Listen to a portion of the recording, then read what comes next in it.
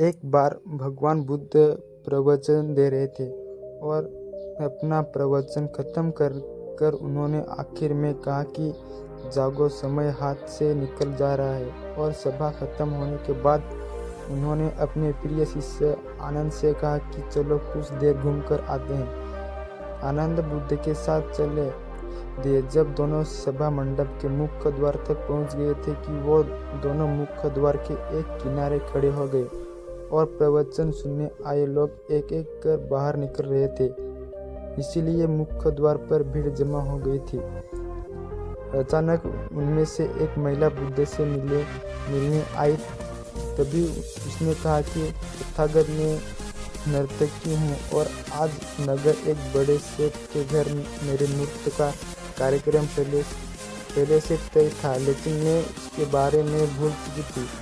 जब आपने कहा कि समय निकला जा रहा है तो मुझे इस बात की याद आई और वह नर्तकी तथागत को धन्यवाद कर वहाँ से चली गई। अब उसके बाद एक डकैत बुद्ध के पास आया और बोला, तथागत, मैं आपसे कोई बात छुपाऊंगा नहीं। मैं भूल गया था कि आज मुझे एक जगह डाका डालने जाना है, पर आज आपका उपदेश सुनने के बाद मुझे अपनी योजना याद आई है।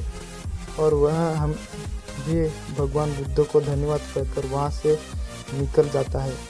डकैत के जाने के बाद धीरे धीरे चलकर एक बूढ़ा व्यक्ति बुद्ध के पास आया और कहा कि तथागत, जिंदगी भर बुनियादी चीज़ों के पीछे भागता रहा, अब मौत का सामना करने का दिन नज़दीक आ रहा है। तब मुझे लगता है कि सारी ज़िंदगी यूं ही बेकार हो गई।